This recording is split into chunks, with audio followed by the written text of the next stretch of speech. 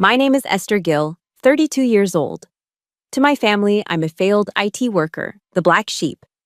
But to the U.S. Department of Justice, I'm a digital criminal's worst nightmare. The feeling of being strangled by your own brother isn't like the movies. It isn't dramatic. It's wet. It reeks of expensive scotch and desperation. When Julian tightened that Hermes leather belt around my neck in my server room, he leaned close to my ear and hissed, "Die in silence, you bitch." He thought I was a dying lamb. He checked his Rolex, counting the seconds until I stopped breathing. He laughed, wiping his sweat, believing that stepfather Frank's money would clean up this body just like every other mess. But Julian made a fatal mistake. He didn't know that the room he was standing in wasn't a home office. It was a SCIF, a sensitive compartmented information facility. And he had just filmed the evidence of his own crime in 4K resolution. If you believe justice cannot be bought, comment justice and subscribe. This story is for anyone who has ever been underestimated by their own family. It was 11:45 p.m. on a Tuesday when I pulled my beat-up Subaru into the driveway of the guest cottage. Greenwich, Connecticut was silent. It was that heavy, expensive kind of silence you only find in neighborhoods where the hedges are trimmed with laser precision and the neighbors communicate through lawyers. The main mansion, where Frank and my mother lived, loomed on the hill like a dark fortress. But my little cottage at the edge of the property was supposed to be my sanctuary. I had just come off an 18-hour shift at the DOJ field office. My eyes were burning. All I wanted was a hot shower and the anonymity of sleep. But as I reached for the front doorknob, my stomach dropped. It was unlocked. I never leave it unlocked. Paranoia isn't a disorder when it's your job description. I pushed the door open with my elbow, my hand instinctively hovering near my waistband, though I wasn't carrying my service weapon tonight. Then, the smell hit me. It wasn't the smell of a burglar, it was the smell of entitlement. Tom Ford oud wood mixed with the acrid stench of stale scotch. It was a scent that had dominated every Thanksgiving dinner and Christmas morning of my adult life.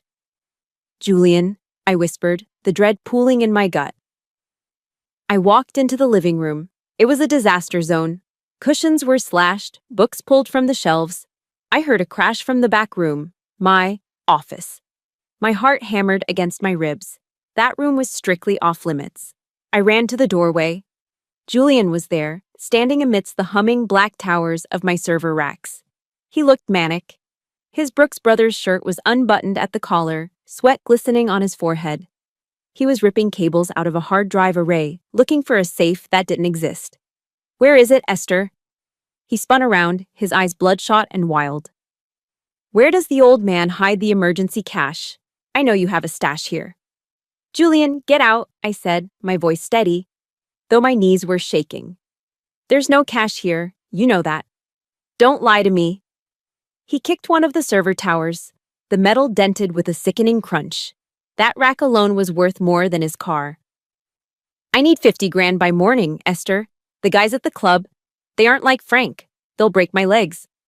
"Gambling again." I stepped forward, trying to block his path to the main terminal. "Go home, Julian. Tell Frank, I'm not giving you anything." He laughed, a cruel, jagged sound. He stepped closer, looming over me. He was 6'2", a former Yale rower, built on protein shakes and arrogance. I was 5'5" of exhaustion. "You think you can tell me what to do?" He sneered, looking down at me with that familiar look of absolute disgust. "Look at this place. All these blinking lights. You think you're so smart, don't you? But you're just a glorified mechanic. You're just the help, Esther. You fix computers. You reboot Windows for a living. You are nothing." He reached for the main console. "Maybe I'll take this. Pawn it for parts." "Don't touch that," I snapped, grabbing his wrist. That was the trigger. The golden sun didn't like being touched by the help. He backhanded me. The force sent me spinning into the corner of the desk. I tasted copper.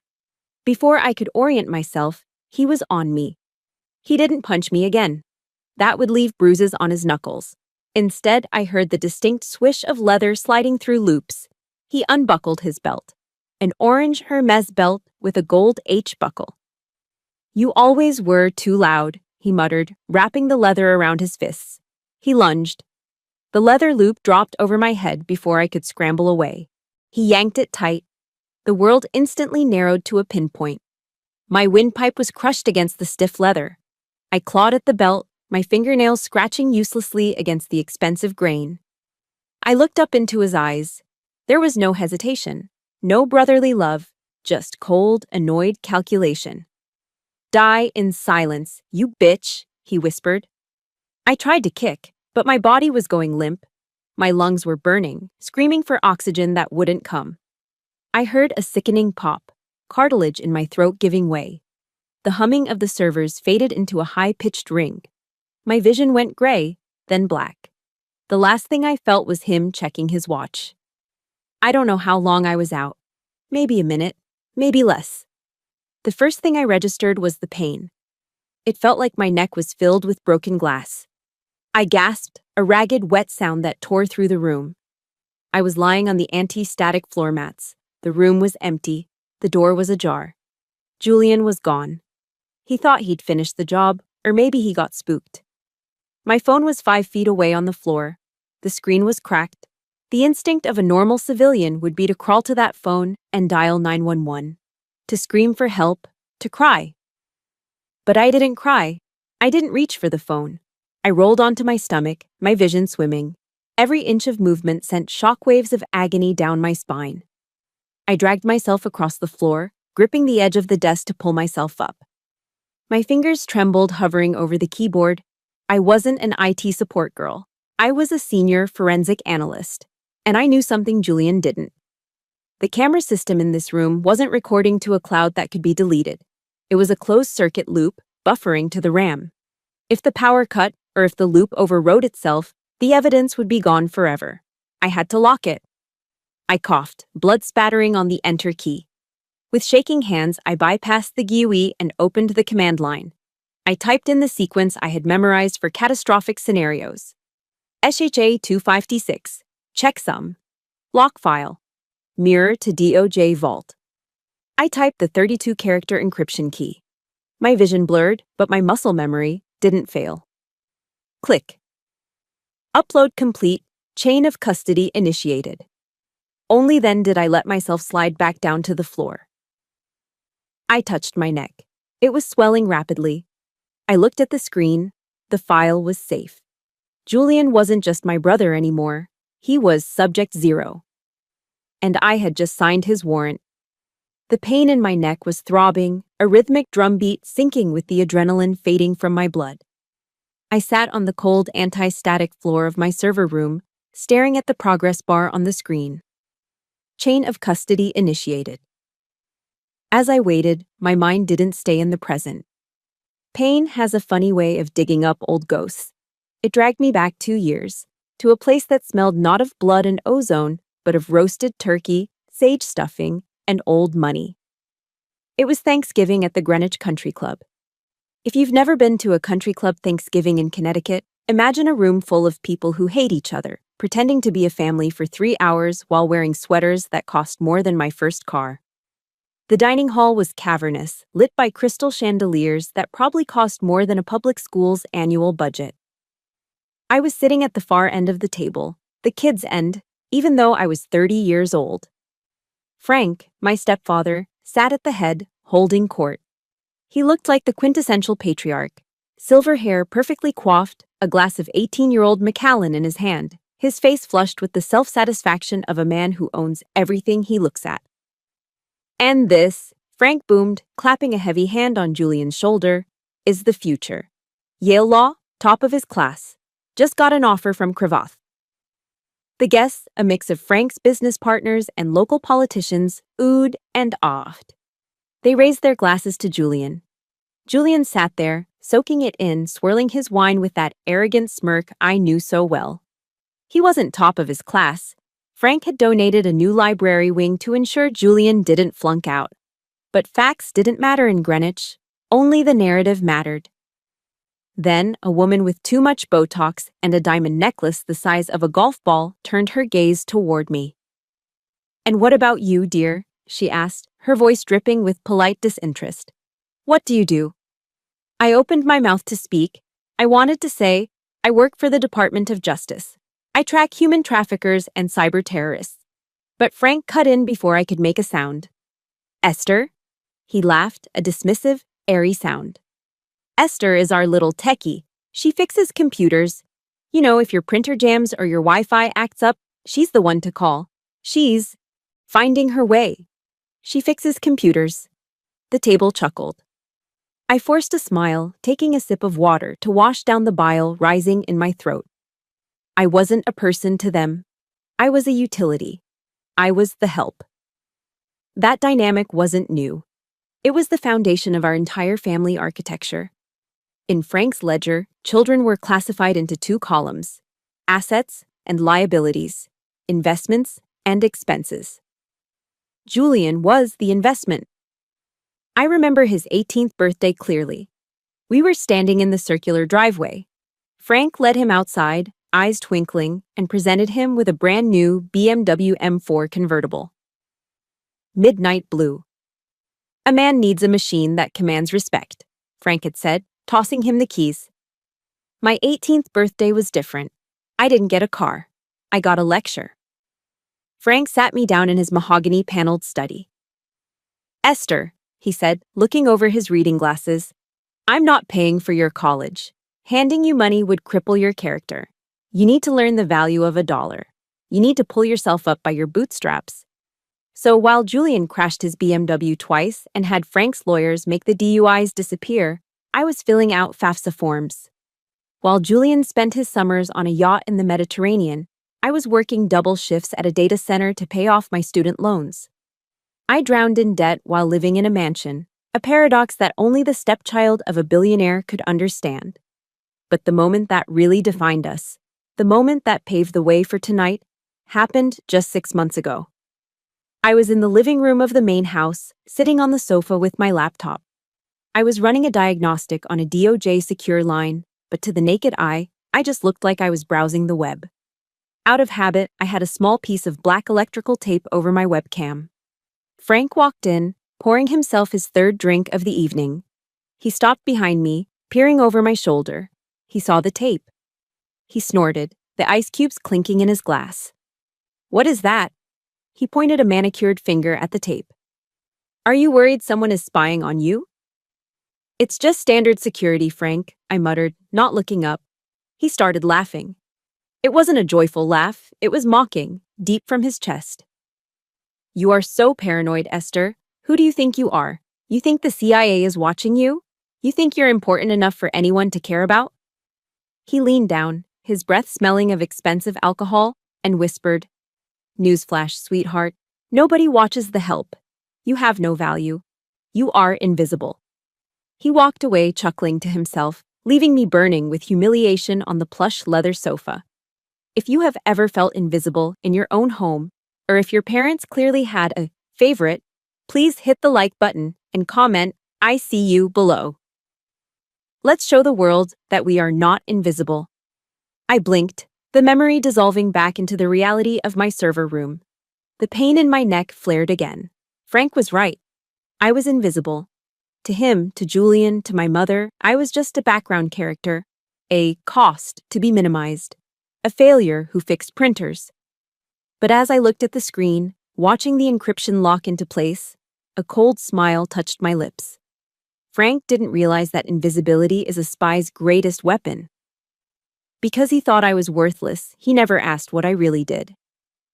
Because he thought I was paranoid, he never questioned the server racks in the guest cottage.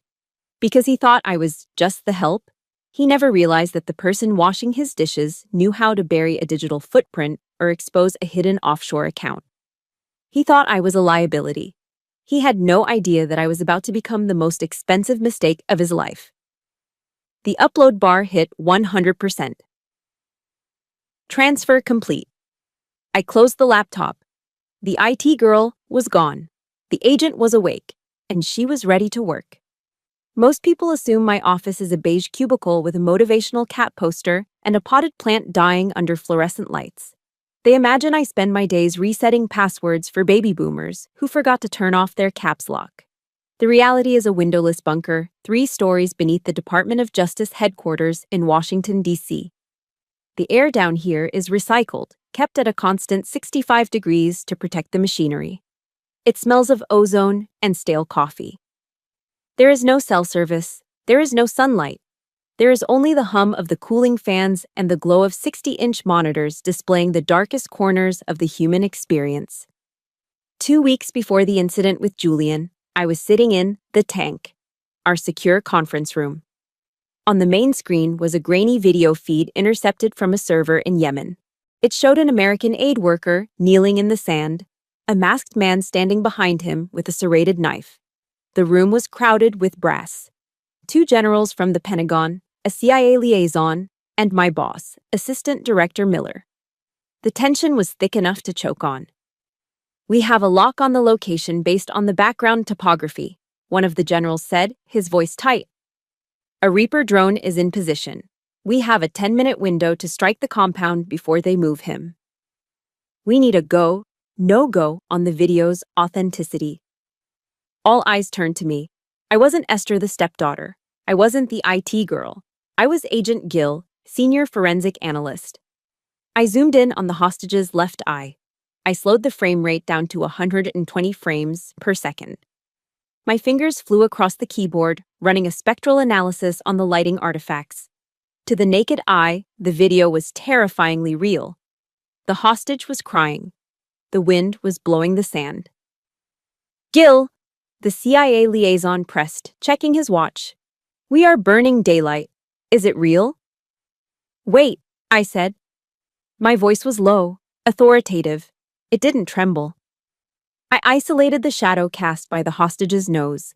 I cross-referenced it with the solar angle for that specific latitude in Yemen at this time of day. "The shadow vector is off by 3 degrees, I said, pointing at the screen. "And look at the pulse in his neck. I'm running a blood flow algorithm. The pixel coloration changes don't match a human heart rate. It's a loop." "Are you sure?" The general leaned forward, his knuckles white on the table. "If we don't strike, and this is real, that man dies." I looked up. I looked the general dead in the eye. "It's a deep fake, General, generated by a GAN algorithm. If you drop that bomb, you're hitting an empty building, or worse, a building full of civilians they want you to kill for propaganda. The hostage isn't there." The room went silent. The CIA liaison looked at Miller. "Director, she's betting a lot on a shadow." Miller didn't even blink. He crossed his arms. "If Gill says it's a fake, it's a fake. Stand down, General. Abort the strike." 10 minutes later, intelligence confirmed it. The hostage had been moved 2 days prior. The building was a trap rigged with explosives. I had just saved the lives of a drone operator's conscience and a dozen innocent civilians. Miller walked by my desk later that night as I was packing up. He didn't offer praise. We didn't do praise down here, but he nodded. "Good catch, Gill. Go home. Get some sleep." "Yes, sir." That was the life I lived. Respected, essential, powerful. But then came the hardest part of my day, the transition. I took the elevator up to the parking garage. I sat in my beat-up Subaru and took a deep breath. I took off my DOJ lanyard and hid it in the glove compartment. I took off the sharp, tailored blazer I wore for meetings and pulled on a shapeless, oversized cardigan. I checked my reflection in the rearview mirror and consciously softened my eyes. I practiced slumping my shoulders, erasing the confidence, erasing the agent. I had to become Esther again. The drive to Greenwich usually took an hour, but mentally it was a journey between 2 different dimensions. I often thought about telling them. I fantasized about slamming my badge onto the mahogany dining table and watching Frank's jaw drop. But then I remembered the brunch. It was a Sunday, 6 months ago. The Sunday brunch was a sacred ritual for my mother. We were sitting on the patio of the country club, shielding our eyes from the sun, drinking bottomless mimosas. I had just received the Director's Award for Excellence at work. I was bursting with it. I wanted my mother to know that her daughter wasn't a failure. "Mom," I started, nervously fingering the stem of my glass. "I actually have some news about work. I led a project last week that—" "Shh, look at that," my mother interrupted, pointing at the television mounted above the outdoor bar. The news was showing a press conference with a female FBI agent who had just taken down a cartel ring. The woman looked exhausted, dark circles under her eyes, hair pulled back in a messy bun. My mother shuddered, taking a delicate sip of her orange juice and champagne. Look at her, she looks dreadful. So hard, so masculine. She turned her gaze to me. Her eyes were soft, pitying, and utterly suffocating. I am so glad you didn't go into anything dangerous like that, Esther, she said, reaching out to pat my hand. I know you wanted to study criminology back in college, but honestly, it's for the best. I felt my chest tighten. Why do you say that, Mom? Oh, honey, she laughed lightly, as if stating the weather. You have such a nervous disposition. You're so fragile. You always have been. You couldn't handle the pressure of real work like that. You'd break in a day. She squeezed my hand. It's good you stick to computers. It's safe. It's simple. Just like you. I looked at her. I thought about the drone strike. I thought about the human traffickers I'd tracked through the dark web. I thought about the dead bodies I'd seen in crime scene photos without flinching. Fragile. I swallowed the truth along with the rest of my mimosa. It burned going down. You're right, Mom, I said, my voice quiet, small, obedient. I'm lucky to have a simple job. That was the moment I decided they would never know. Their ignorance wasn't just a shield for me. It was the only way I could tolerate them. If they knew who I was, they would have to admit they had been wrong about me for 30 years. And people like Frank and my mother don't admit mistakes. They just rewrite history. So, I let them have their version of Esther. The invisible girl. The disappointment. But as I lay on the floor of my server room, watching the chain of custody upload complete, I realized that the double life was over. The fragile girl had just died on this floor. And the woman who stood up, wiping the blood from her lip, was the one who decided when the drone struck. Waking up didn't feel like rising from sleep. It felt like being dragged underwater. The first thing I registered was the sound. The rhythmic, monotonous beep, beep, beep of a heart monitor. The second was the smell. Antiseptic, floor wax, and the vague metallic scent of filtered air. I tried to turn my head, but I couldn't. My neck was encased in a rigid foam collar. The panic hit me instantly. A sharp, cold spike of adrenaline. I gasped, but the air wouldn't go down smoothly. My throat felt like it had been scrubbed with steel wool. Easy, easy now, a male voice said from the corner of the room. I blinked my eyes open. The harsh fluorescent light stung. Standing at the foot of my bed wasn't a doctor. It was Officer Miller. I knew Miller. He had a 14 handicap and played with Frank every Saturday morning at the club. He was currently leaning against the wall, chewing a piece of gum with a slow, bovine rhythm, looking more bored than concerned. You took a nasty spill, Esther, Miller said, closing his notebook. Docs say you have, what was it? Laryngeal edema, swelling of the throat. I tried to speak, but only a croak came out. I pointed at my neck. Miller waved a dismissive hand. Yeah. Listen, I already took a statement from Frank. He told me about the dispute, said you and Julian got into a little argument over some borrowed money. Things got heated, you slipped and fell into some equipment. He looked at me, his eyes flat. Unfortunate accident. Family stuff gets messy, right? I stared at him. The rage that flared in my chest was hot enough to burn through the sedation. Slipped and fell? I had hash marks from a Hermes belt burned into my skin. It wasn't, I rasped, the words feeling like razor blades. He strangled. Miller stepped closer, lowering his voice. Now, Esther, let's not use heavy words like that. Julian is weeks away from the bar exam. You don't want to ruin the kid's life over a misunderstanding. Frank is very worried about you. He wants to make sure this is handled quietly. No need to involve the press or make this a criminal matter. There it was. The Greenwich Way. Protect the golden sun. Bury the daughter. I was about to tear my IV out and strangle him with the tubing when the door flew open. Get out! The voice was sharp, commanding, and beautiful. Officer Miller turned around. Excuse me, I'm conducting a police interview. You are harassing a victim in critical condition without counsel present. the woman said, stepping into the room. She was wearing a charcoal pencil skirt and a blazer that looked like armor. Her dark hair was pulled back in a severe bun, and her eyes were blazing. Elena, my cousin. Or rather, my second cousin on my father's side, the side Frank liked to pretend didn't exist. She was an assistant district attorney in Manhattan, and she was the only person in my bloodline who didn't care about Frank Gill's money. Elena, Miller shifted uncomfortably. I'm just getting the facts. I know exactly what you're doing, Miller, Elena snapped, walking past him to stand by my bed. I saw your squad car parked next to Frank's Mercedes outside. You aren't here for the facts. You're here for damage control. Now, get out before I call your captain and file a complaint for obstruction of justice. Miller hesitated, looked at me, then at Elena. He knew he was outgunned. He capped his pen. I'll be outside if she wants to make a formal statement.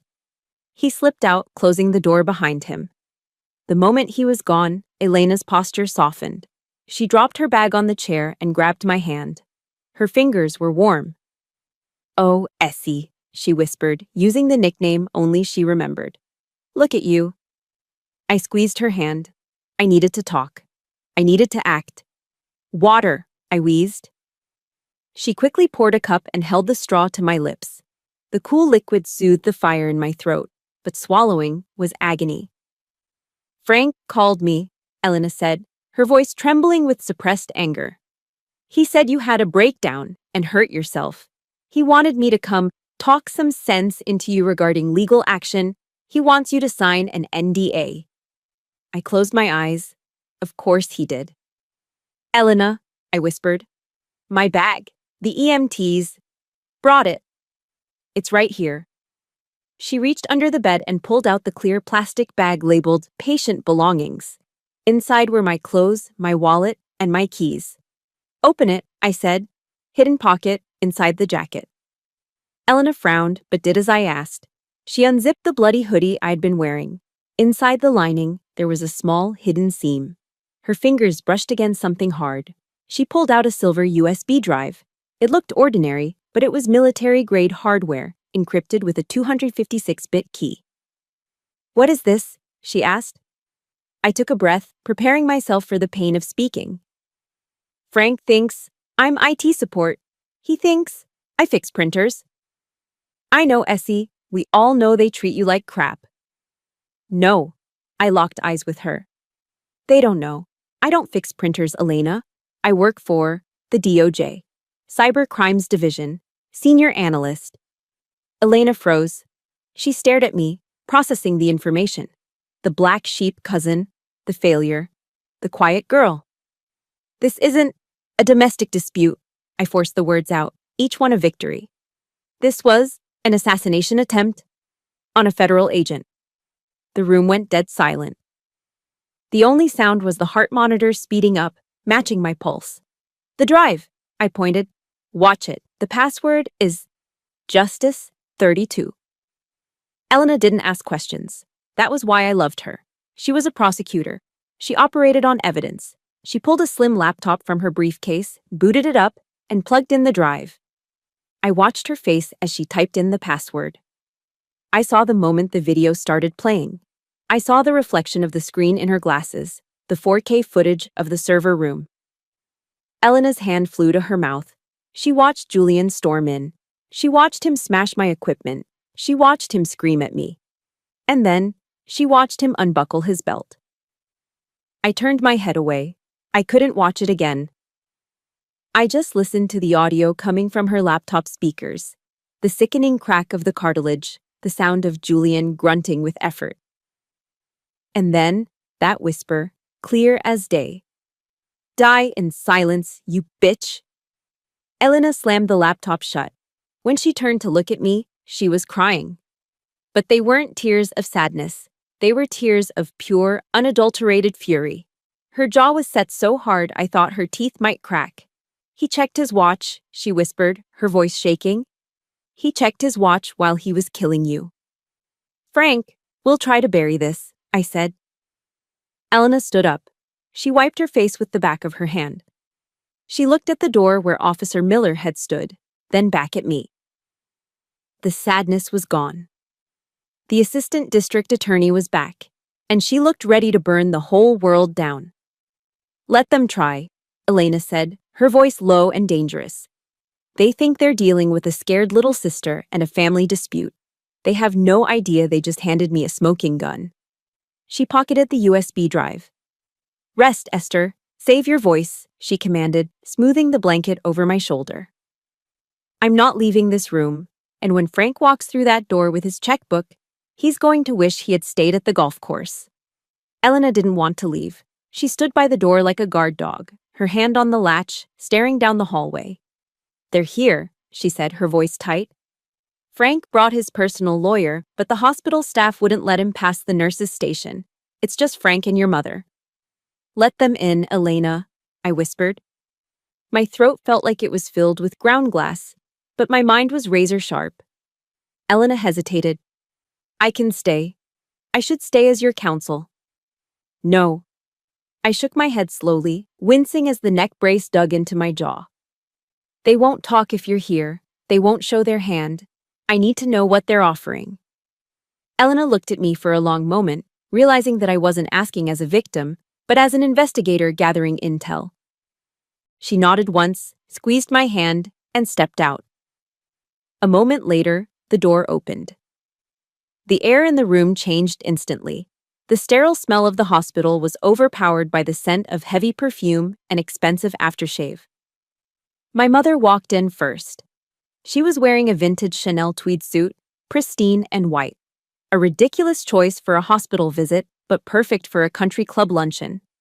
Her face was pale, her makeup flawless, her eyes hidden behind oversized sunglasses, which she slowly removed. Frank followed. He was wearing his deal-closing suit, navy blue, pinstriped, custom-tailored on Savile Row.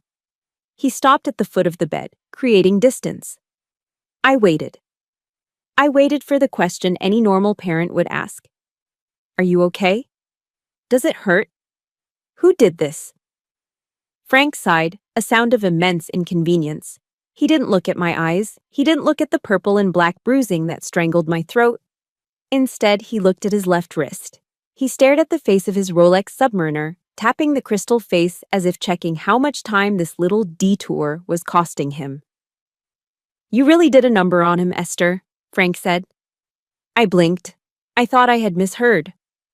"What?" I rasped. "Julian," Frank said, finally looking up but looking over my head at the heart monitor. "He's a wreck. He's been hyperventilating for hours. He's completely traumatized. You really scared him." The breath caught in my chest. I scared him. I was the one with crushed cartilage. I was the one who had been 12 seconds away from the morgue. "He tried to kill me," I managed to choke out. "Oh, stop it," my mother snapped. It wasn't a scream. It was a high-pitched whine of annoyance. She pulled a silk handkerchief from her purse and dabbed at her dry eyes. "Stop being so dramatic, Esther. It's always the drama with you." She walked to the side of the bed, looming over me. "He is weeks away from the bar exam. Do you have any idea the pressure he is under, the stress? And then you go and provoke him like that? You know he has a temper when he's anxious. You should have just given him what he needed." "He wanted 50,000 for gambling," I whispered. "So?" Frank cut in, his voice hard. "We have the money. That's not the point. The point is that you backed him into a corner. You triggered him." I lay there, frozen. This wasn't just denial. This was gaslighting tailored to the level of an art form. In their narrative, my throat had assaulted Julian's belt. Frank walked around to the side table. He didn't sit down. He reached into his jacket pocket and pulled out the one thing he believed could fix any problem in Western civilization: his checkbook.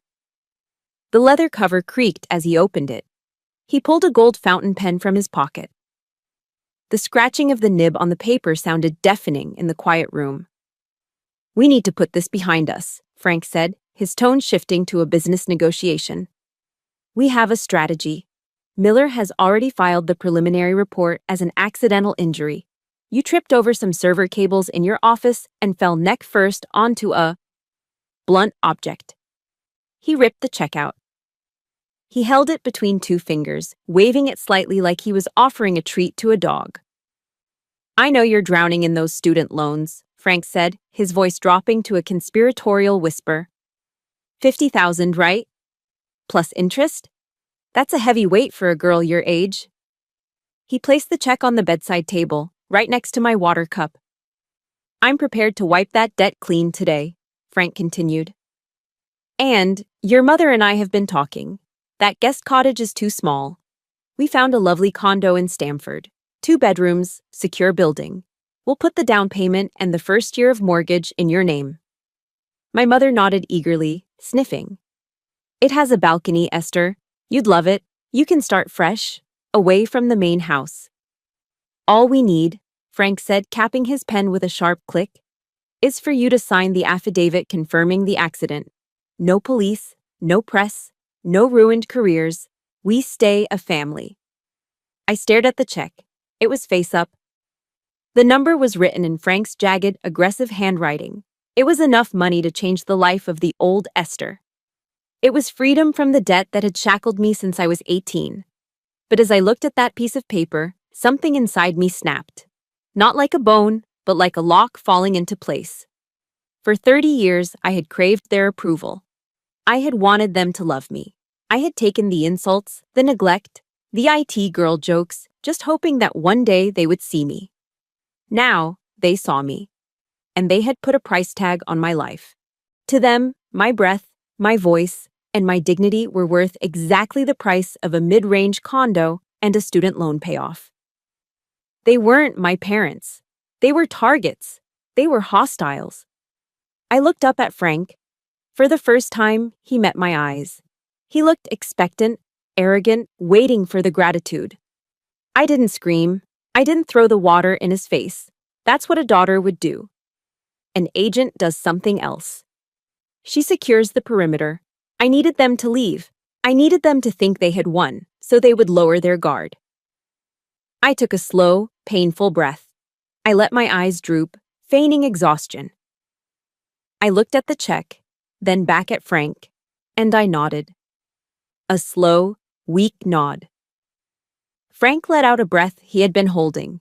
His shoulders dropped. He smiled. Not a warm smile, but the smile of a CEO who just closed a merger. Good girl, he said. He patted my leg through the blanket. It made my skin crawl. I knew you were smart. I'll have the lawyers draft the papers tomorrow. Rest up, darling, my mother said, her voice suddenly bright and chipper. She didn't kiss me. She just patted her hair in the mirror. We'll take care of everything. They turned and walked out. Frank checked his watch again as he crossed the threshold. The door clicked shut. I was alone with the check. I reached out with a trembling hand, picked up the check, and held it up to the light. I wasn't admiring the money. I was looking at the signature. Proof of the bribe. Proof of the conspiracy to obstruct justice. I crumpled it in my fist. If you believe that justice should never be for sale and that some lines can never be uncrossed, hit the like button right now. Comment "not for sale" below if you would have torn that check up too. I reached for the call button to summon Elena. The deal was done, but not the one Frank thought he made. The nurse looked at me like I was insane. She tapped the clipboard with an aggressive manicured fingernail. Ms. Gill, you are leaving against medical advice, she said, her voice stern. You have significant laryngeal trauma. If that swelling increases, you could suffocate in your sleep. I cannot legally stop you, but I am telling you, this is a mistake. I looked at her. She was doing her job. She was trying to protect me. It was more than my mother had done in 30 years. I appreciate it, I rasped, my voice sounding like gravel grinding in a mixer. But I'm not safe here. I signed the AMA form. The pen felt heavy in my hand, but my grip was steady. I walked out of the hospital room, bypassing the elevators where Frank might still be lingering in the lobby. I took the service stairs. With every step, pain shot up my spine, white hot and blinding. But I didn't stop. I welcomed the pain. It was a reminder that I was alive. It was a reminder of what I had to do. Outside, the air was cold. I ripped the plastic hospital wristband off my arm and tossed it into a trash can. There is a quote by Theodore Roosevelt that Frank used to love quoting at dinner parties, usually to justify his ruthless business deals. It is not the critic who counts, not the man who points out how the strong man stumbles. The credit belongs to the man who is actually in the arena, whose face is marred by dust and sweat and blood. Frank thought he was the man in the arena. He thought I was just the spectator, the critic, the help. I stood on the curb, waiting for my Uber. I touched the plastic collar around my neck. My face was marred, not by dust, but by bruises. I was in the arena now, and I wasn't just a participant, I was the gladiator. I didn't enter home into the Uber app. I entered an address for a nondescript office park in Northern Virginia, about 40 minutes away. To the public, it was a logistics consulting firm.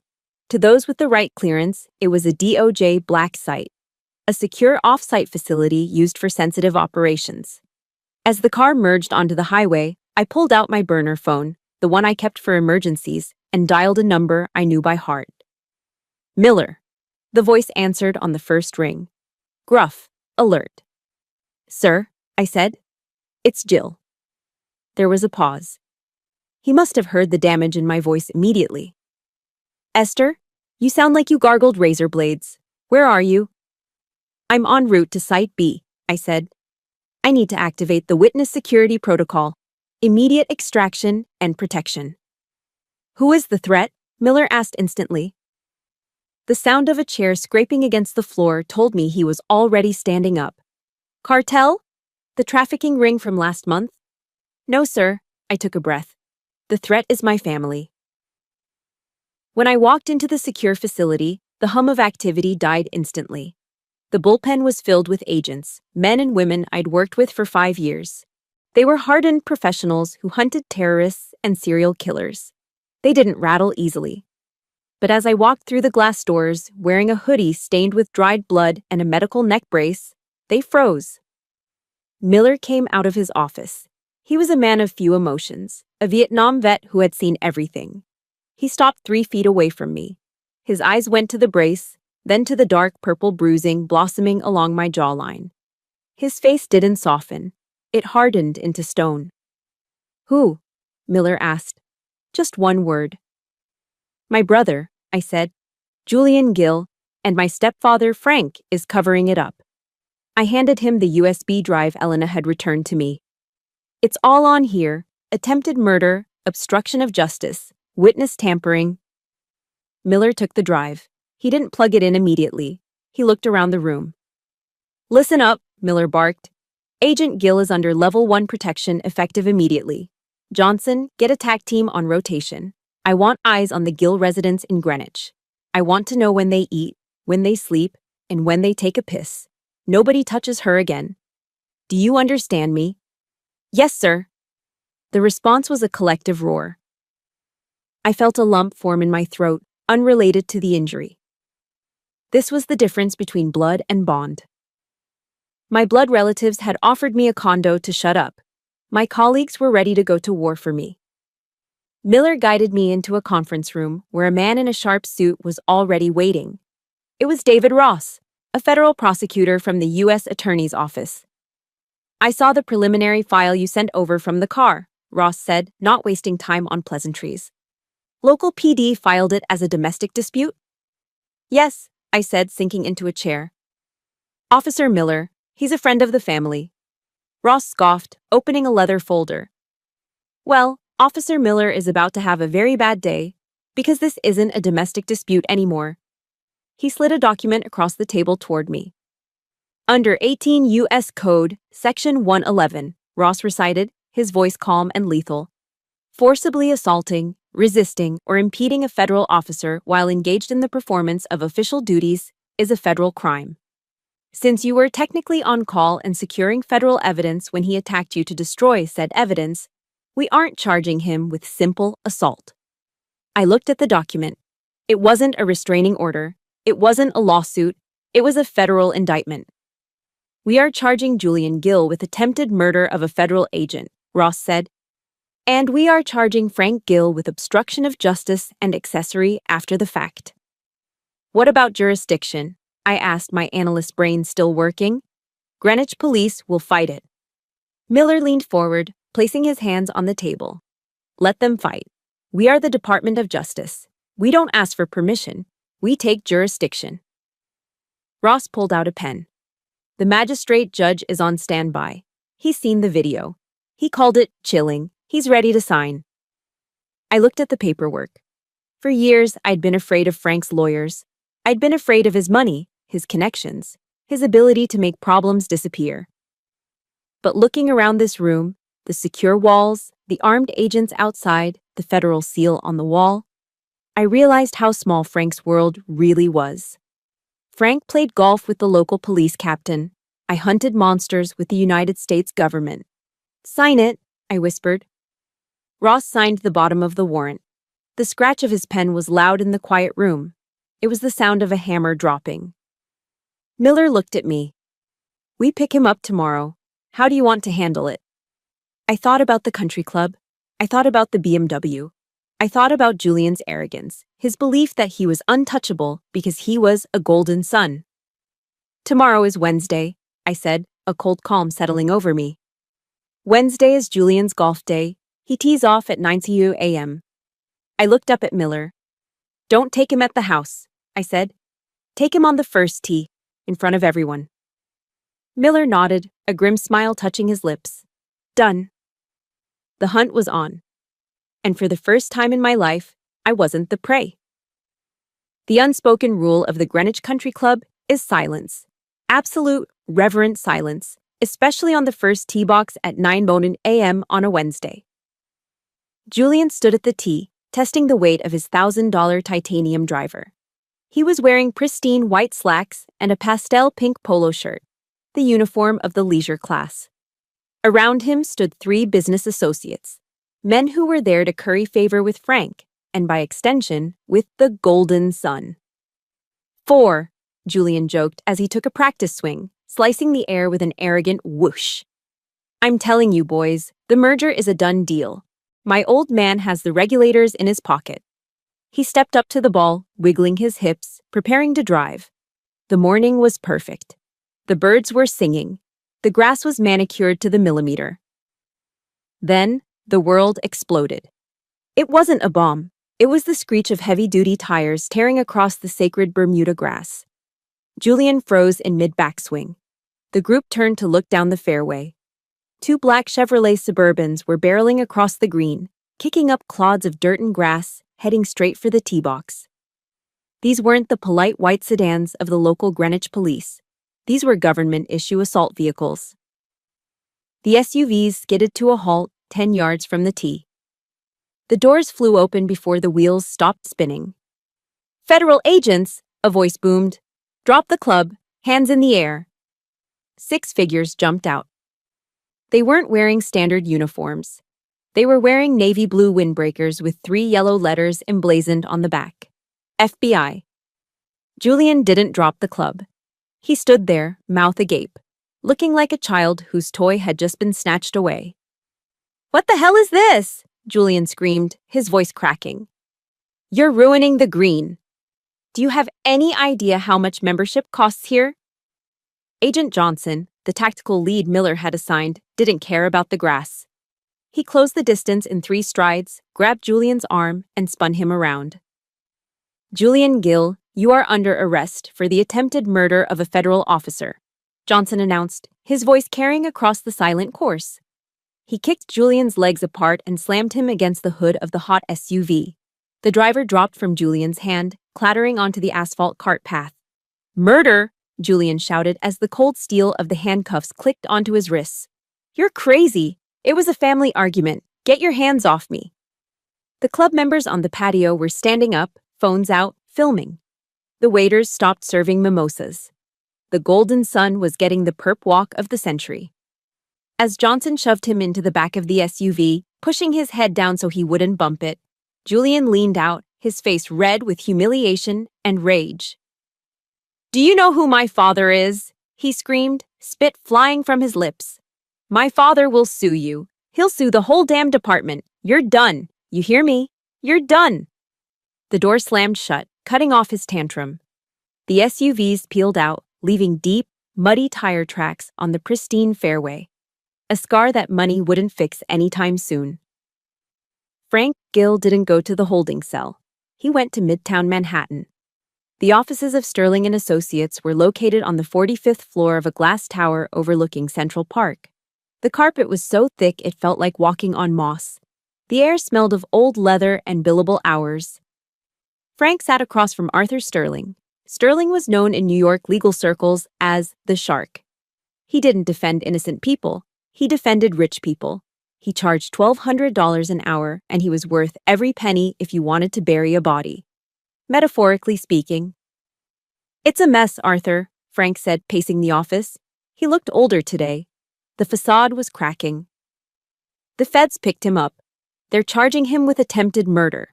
And something about a federal officer? It's insanity. Sterling leaned back in his Eames chair, steepling his fingers. He was a small man with eyes like polished flint. It's not insanity, Frank. It's a strategy, Sterling said smoothly. If your stepdaughter is claiming to be an agent, she's delusional. That's our angle. She works in IT, Frank spat. She fixes servers. She's always been a bit off. Quiet. Weird. Perfect, Sterling smiled. It was a cold, reptilian smile. We don't fight the physical evidence yet. We fight her character. We paint a picture for the jury. Esther is the jealous, unstable stepsister. She's 32, unmarried, low income, living in a guest cottage while her successful brother drives a BMW. She resents him. She snapped. She attacked him. He defended himself. And now she's inventing this elaborate spy fantasy to ruin him. Frank stopped pacing. He nodded slowly. She has been under a lot of stress. My wife says Esther has always been fragile. Exactly. Sterling pulled a legal pad forward. We file a motion for a psychiatric evaluation. We leak it to the press that she has a history of mental instability. By the time this goes to trial, no jury will believe a word she says. We'll make her look like a hysterical woman who watched too many crime shows. Do whatever it takes. Frank pulled out his checkbook, the same one Esther had rejected. I want her discredited. I want her destroyed. 40 miles away, inside the windowless war room of the DOJ safe site, the atmosphere was very different. There were no leather chairs, just metal tables, cold coffee, and the hum of hard drives. Elena paced the room, furious. She had just gotten off the phone with a contact at the courthouse. They're going to smear you, Esther, Elena said, slamming her phone down on the table. Sterling just filed a motion. They're claiming you're delusional. They're saying the federal agent claim is a symptom of psychosis. They're going to drag your name through the mud. I sat at the main terminal, my fingers hovering over the keyboard. I wasn't pacing. I wasn't angry. I was in the zone. Let them, I said quietly. Elena stopped. What? Esther, we need to release your service record. We need to show them the director's commendations. We need to prove who you are right now. No. I turned to look at her. If we release my file now, Sterling will pivot. He'll claim self-defense. He'll claim the video is doctored. He'll find another angle. I turned back to the screen. Rows of hexadecimal code cascaded down the monitor like green rain. We are going to play the Trojan horse, I said. Let them walk into court thinking I'm the crazy, jealous IT girl. Let Frank lie under oath. Let Julian lie.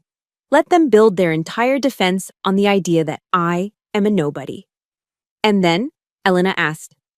And then, I typed a command, executing a script that verified the metadata of the assault video. We dropped the hammer. Perjury is a felony, Elena. If they lie to a federal judge, they don't just lose the case. They go to prison. I focused back on my work. I wasn't preparing a victim impact statement. I wasn't writing a diary about my feelings. I was compiling the forensic report. I pulled up the metadata of the video file. Creation date, Tuesday, 11:52 p.m. Device ID, server room. CAM. 4. Hash value, matches, DOJ vault copy. I layered in the audio analysis, isolating the sound of the belt snapping, the specific frequency of Julian's voice. I built a digital fortress that no lawyer, no matter how expensive, could breach. Frank thought he could buy a narrative. He thought he could pay a man in a nice suit to tell a story about a crazy girl. He forgot that in my world, stories don't matter. Only data matters. And the data was screaming for blood. The federal courthouse in D.C. smells different from a hospital. It smells of old mahogany, floor wax, and the heavy, suffocating weight of judgment. I sat at the prosecution table next to Elena. My neck was still in the brace, a stark white reminder against my dark blazer. Across the aisle, at the defense table, sat Julian. He wasn't wearing his jail jumpsuit. Frank had already pulled strings to get him into a crisp charcoal suit. He looked well-rested. He looked like he was attending a board meeting, not a bail hearing. Frank sat in the front row of the gallery, his legs crossed, looking bored. He offered me a small, pitying smile when I walked in. It was the smile of a man who knew the game was rigged. "All rise," the bailiff bellowed. Magistrate Judge Vance swept in. He was an older man with bushy gray eyebrows and a reputation for being tough on violent crime, but tougher on procedure. Arthur Sterling, Frank's $1,000-an-hour shark, stood up. He buttoned his jacket with a smooth, practiced motion. He didn't look at the judge. He looked at the press gallery behind us. "Your Honor," Sterling began, his voice baritone and smooth like aged whiskey. "The defense moves to dismiss the video evidence submitted by the prosecution. Furthermore, we request immediate bail for my client, Mr. Gill, who is a victim of a malicious fabrication." Judge Vance peered over his glasses. "Fabrication, Mr. Sterling? The prosecution has submitted a video that appears to show your client strangling the victim with a belt." "Appears is the key word, Your Honor." Sterling walked toward the center of the room. He pointed a finger at me. "We live in a new era, an era where reality can be bent by code. We all know that Miss Gill works in computers. She is a low-level technician who harbors deep-seated resentment toward her successful brother." He paused for effect, turning to look at Frank, then back to the judge. "Ms. Gill is 32, unmarried, financially unstable, and living in her parents' guest house. She is jealous of Julian's success. She has a history of, let's call it, imaginative episodes. We contend that the video in question is a deepfake, a computer-generated fabrication created by a jealous sister using AI technology to frame the golden boy of the family." A murmur ran through the courtroom. The AI defense. It was the trendy new strategy for the guilty. "This video," Sterling continued, his voice rising, "is nothing more than a high-tech cartoon. It is inadmissible. And without it, all you have is the word of a disturbed woman against a Yale law graduate." Judge Vance looked at the screen where the paused video of Julian was displayed. He frowned. He was from a generation of typewriters. Deepfakes were a boogeyman he didn't quite understand. "This is a serious claim, Mr. Sterling," the judge said. "If the authenticity of the evidence is in question, I cannot deny bail. We will need an independent forensic analysis. That could take weeks." Frank smirked. I saw it. It was a tiny twitch of his lip. He leaned over and whispered something to Julian. Julian turned to me, his eyes cold and mocking. "You lose," his eyes said. "We always win." Sterling looked triumphant. "Exactly, Your Honor. We request—" "Objection." Elena stood up. Her voice cut through Sterling's monologue like a knife. "Ms. Ramirez," the judge sighed. "Mr. Sterling has raised a valid technical concern. Unless you have a forensic expert in your pocket who can verify this footage right now, I'm inclined to grant bail pending investigation." Elena didn't flinch. She smiled. "We don't need to hire an outside expert, Your Honor. The prosecution calls Agent Esther Gill to the stand." Sterling laughed. "Object. The victim cannot be the expert witness. She's a computer repair girl, for God's sake." "Actually," Elena said, her voice dropping an octave, deadly serious, "she isn't." I stood up. The pain in my neck flared, but I pushed it down. I walked to the witness box. I didn't look at Julian. I didn't look at Frank. I kept my eyes on the judge. I placed my hand on the Bible. "I do." I sat down. I reached into my blazer pocket. I didn't pull out a tissue. I pulled out my badge, the gold shield of the Department of Justice, and set it on the wooden ledge with a heavy metallic clack. Sterling stopped laughing. Frank sat up straighter. "State your name and occupation for the record," Elena asked. I leaned into the microphone. My voice was raspy, damaged, but it filled the room. "My name is Esther Gill. I am a senior forensic analyst for the Department of Justice Cyber Crimes Division. My badge number is 894 Alpha. I specialize in digital counterterrorism and the authentication of manipulated media." The silence that followed was absolute. Sterling looked like he had swallowed a lemon. Frank's face went from arrogant to ashen gray in the span of 2 seconds. "Agent Gill," Elena continued, "can you address the defense's claim that this video is a deepfake?" "I can," I said. I opened the folder I had prepared. I wrote the DOJ's standard protocol for detecting generative adversarial networks, or deepfakes, 2 years ago. I literally wrote the book on it. I pointed to the large monitor on the wall. "Please play the video at 0.2 speed." The video played, slow motion. "Stop at frame 402, I commanded. The image froze on Julian's face, mid-scream, sweat dripping down his temple. "Mr. Sterling claims this is AI, I said, turning to the jury box. AI struggles with 3 things: subdermal blood flow, inconsistent lighting on reflective surfaces, and chaotic motion blur. I looked at the judge. "Your Honor, if you look at the reflection in the buckle of the Hermes belt, you can see the distorted reflection of the server rack lights. The vector of that reflection matches the physical geometry of the room perfectly. An AI rendering would smooth that out." I gestured to Julian's face on the screen. Furthermore, I ran a pulse wave analysis on the pixels of the subject's forehead. You can see the subtle color shift of oxygenated blood pumping at 140 beats per minute. That is a human heart rate in a state of extreme fight or flight.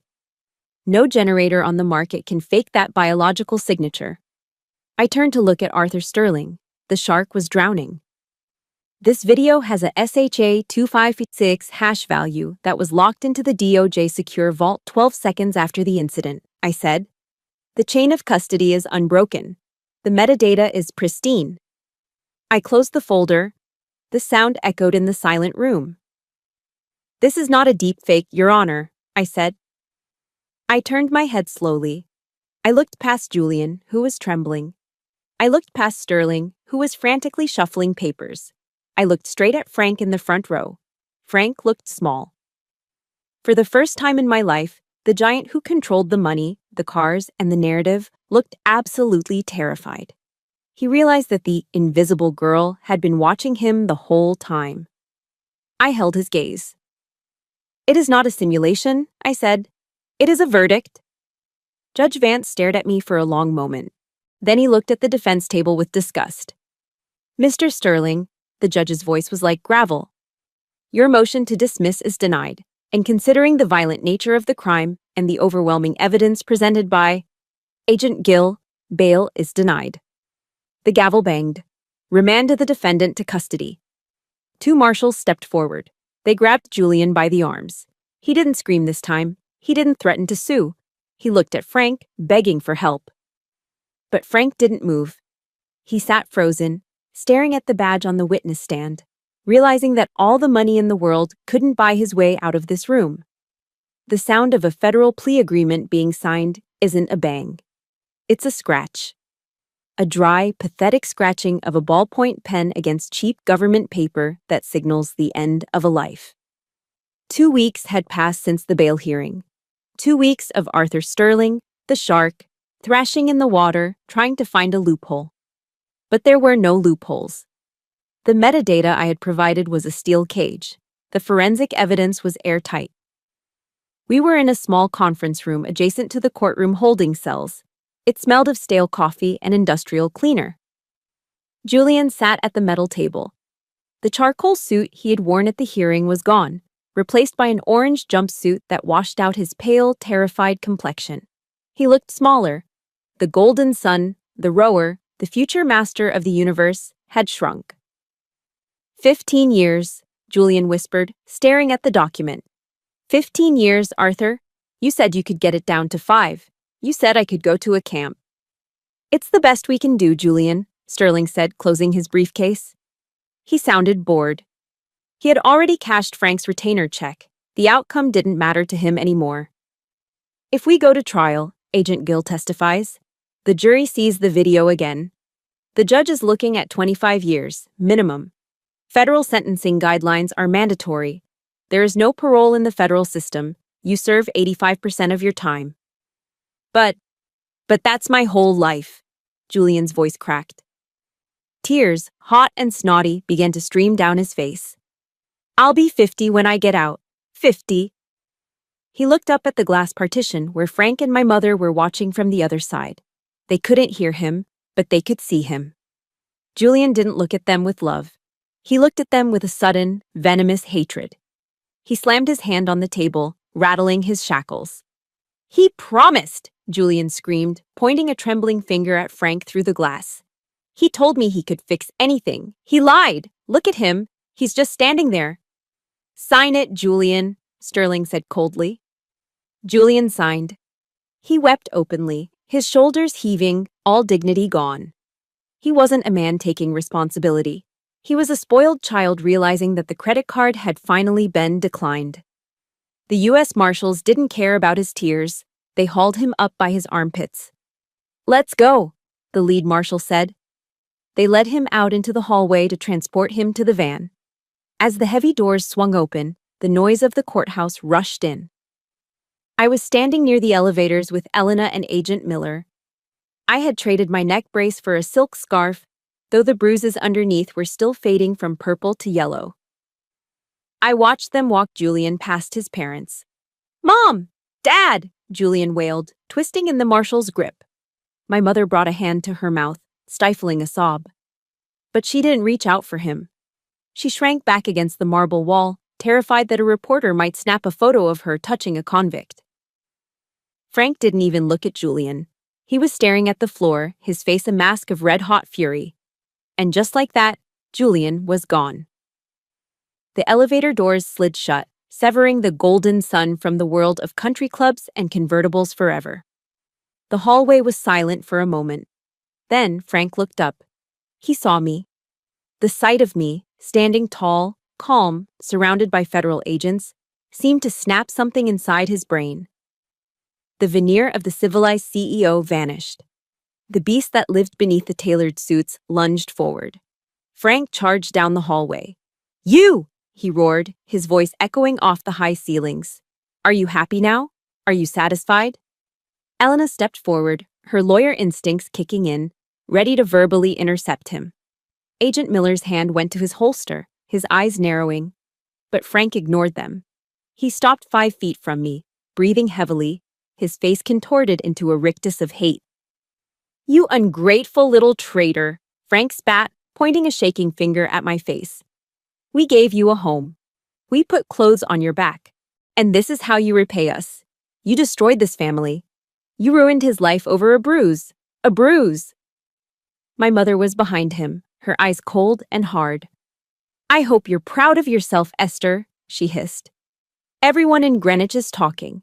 We can't even show our faces at the club. You've humiliated us. That's all you care about, Elena shouted, stepping in front of me. Your reputation? Your son almost killed her, and you're worried about the damn country club? She provoked him, Frank screamed, stepping closer, his fists clenched at his sides. She's always been jealous of him. She's a cancer in this family. You are dead to us, do you hear me? Dead! Frank looked like he was about to lunge. Miller took a step forward to tackle him. But I moved first. I didn't step back. I didn't flinch. I didn't shout. I stepped out from behind Elena. I looked Frank directly in the eyes, and I raised my right hand. I held it up, palm facing out, fingers pressed tight together, thumb tucked in. It wasn't a wave. It wasn't a casual gesture. It was the universal, tactical signal used by law enforcement and military personnel across the globe. Stop. The motion was sharp, precise, and absolute. Frank froze. It wasn't just the hand. It was the energy behind it. For 30 years, he had looked at me and seen a scared little girl he could bully. A girl who would shrink, a apologize, and beg for approval. But the woman standing in front of him now wasn't that girl. The woman in front of him was an agent who had directed drone strikes and hunted cartels.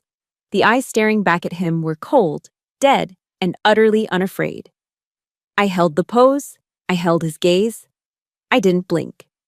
The silence stretched, heavy and suffocating. Frank's mouth opened and closed, but no words came out. He looked at my hand, then at my eyes, and for the first time, he saw the wall he couldn't break. He realized that if he took one more step, if he said one more word, the consequences would be catastrophic. He faltered. He took a half step back. The bully had met the wall. I didn't say, "It's over." I didn't say goodbye. Those words implied a relationship, a conversation. We didn't have a relationship anymore. We were strangers. I lowered my hand slowly. I adjusted the lapel of my blazer. I turned to Elena and Miller. "We're done here," I said. My voice was calm, steady, barely above a whisper. I turned my back on Frank and my mother. I started walking toward the exit. "Esther!" Frank yelled after me, his voice cracking, sounding desperate and small in the vast hallway. "Don't you walk away from me, I'm speaking to you." I kept walking. Click, click, click. The sound of my heels on the marble floor was rhythmic, precise, and final. I didn't speed up. I didn't slow down. I didn't look back to see them standing there in the ruins of the life they had built on lies. I walked through the double doors and out into the bright, blinding sunlight of Washington, D.C. The air tasted sweet. It tasted like ozone and exhaust and cherry blossoms. It tasted like freedom. The placard on the door of my new office didn't just say Esther Gill. It read, "Unit Chief Esther Gill, Domestic Threat Digital Response." It had been 6 months since the trial, 6 months since Julian traded his tailored suits for a federal jumpsuit, and 6 months since I walked away from Frank in that marble hallway. My new office at the DOJ wasn't in the sub-basement anymore. It had windows, real windows that looked out over Pennsylvania Avenue. But I didn't spend much time looking at the view. I was too busy building something that hadn't existed before. After the trial, Director Miller had given me a blank check. "You exposed a gap in the system, Jill," he had said. "We protect politicians from cyber threats. We protect banks. But we don't protect the women who are being terrorized in their own homes by the people who claim to love them." So, I built the unit. We weren't chasing international terrorists anymore. We were chasing the abusers who used spyware to track their wives, the ex-boyfriends who revenge-posted private photos, and the stalkers who hid behind VPNs. Technically, as a unit chief, I was supposed to be behind a desk, managing budgets and personnel. But today, I was in the field. I parked my government-issue SUV in front of a small garden apartment complex in Arlington, Virginia. I grabbed my toolkit and walked up to apartment 4B. Sarah opened the door before I could knock. She was 22, roughly the same age I was when I first realized my family hated me. She was trembling, her eyes darting to the parking lot behind me. "Did you see a blue Ford truck?" she whispered. "He drives by sometimes. He says he knows when I turn the lights off." I checked the perimeter, Sarah. "No blue truck," I said, my voice soft but firm. "And after today, it won't matter if he drives by. We'll see him before he even turns the corner." For the next hour, I didn't act like a federal boss. I acted like the technician Frank had mocked. I installed micro cameras in the door frame. I set up a secure, encrypted router that masked her IP address. I scrubbed her phone of the tracking software her ex-boyfriend had installed. When I was finished, I handed her a tablet. It showed a crisp, high-definition feed of her front door, her back window, and the parking lot. "This feed goes to a secure cloud server," I explained, pointing to the screen, "and it also pings directly to my office. If he steps foot on this property, facial recognition will flag him, and local PD will be dispatched within 3 minutes." Sarah stared at the screen, clutching the tablet like a lifeline. She looked up at me, tears welling in her eyes. "Thank you," she choked out. "My dad. He told me I was being paranoid. He said I was imagining things." I felt a phantom ache in my neck, a ghost of the pain from 6 months ago. I knew that feeling. the feeling of being gaslit until you question your own sanity. I reached out and placed a hand on Sarah's shoulder. "You are not paranoid, Sarah," I said, looking her dead in the eye. "You were in danger, but you aren't anymore. You are protected." She exhaled, a long, shuddering breath of relief that she had probably been holding for months. That sound was better than any paycheck. It was the sound of a life being given back. That evening, I returned to my new apartment in the Navy Yard district. It was a far cry from the guest cottage in Greenwich. It was a high-rise with floor-to-ceiling glass overlooking the Potomac River. It was modern, clean, and most importantly, it was mine. Paid for with my salary, secured by my own code. I made a cup of chamomile tea and sat on the beige sofa, watching the lights of the city reflect off the water. The silence here wasn't heavy or oppressive, it was peaceful. My phone buzzed on the coffee table. I glanced at it. The caller ID didn't show a name, just a blocked number. But I knew who it was. They had been trying to reach me from burner phones and hotel lines for weeks. A voicemail icon popped up. I hesitated. My thumb hovered over the screen. Part of me, the old Esther, the daughter who just wanted to be loved, wanted to delete it without listening. But the new Esther, the unit chief, needed to confirm the intel. I pressed play. "Esther." It was my mother's voice. She sounded older, frail. But the manipulation was still there, woven into the timbre of her voice like a poison thread. "It's your mother. Please, pick up. We're staying at a hotel in the city. The bank seized the house in Greenwich, Esther. Frank is having heart palpitations. And Julian, oh God, Julian is having such a hard time in that place. He's losing weight." She paused, taking a shaky breath. "We are a family, Esther. Families forgive. We're all you have. Please, just call us. We can fix this. We can start over." The message ended. I sat there, holding the warm mug of tea. I waited for the guilt to come. I waited for that familiar, crushing weight in my chest, the obligation to fix their mess, to be the dutiful daughter. But it didn't come. Instead, I felt a profound sense of clarity. "We're all you have," she had said. I looked around my apartment. I thought about Elena, who was coming over for dinner tomorrow. I thought about Director Miller, who trusted me with millions of dollars in resources. I thought about Sarah, who was sleeping safely tonight because of me. I had a family. I had a purpose. My biological family didn't want forgiveness. They wanted a host. They wanted someone to carry their shame so they didn't have to.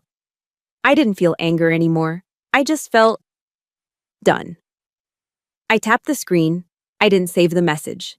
I hit delete. Then, I went into the call settings. I selected the number.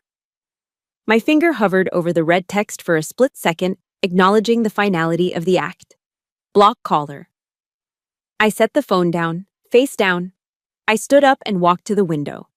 The Washington Monument glowed in the distance, a beacon of white stone against the dark sky.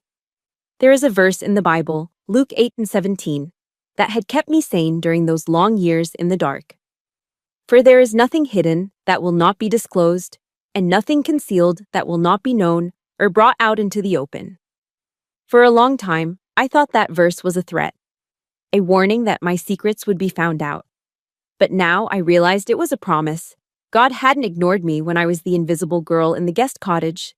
He was hiding me. He was preparing me. He was forging me in the dark so that when the time was right, I could bring the truth into the light. I wasn't the black sheep anymore. I wasn't the victim. I leaned my forehead against the cool glass, looking out over the city I'd sworn to protect. I was no longer invisible. I was watching. And for the first time in my life, I liked what I saw. My case file is officially closed, but the mission continues. I shared my story because I know too many of you feel invisible in your own homes, undervalued by the people who should love you most. But remember, silence is not weakness, and your worth is not defined by their approval. If my victory gave you a spark of hope today, please type, "I am worthy" in the comments below. It's a small step, but it changes everything. And if you want to hear more stories where justice wins, hit that subscribe button. Welcome to the resistance. I'll see you in the next file.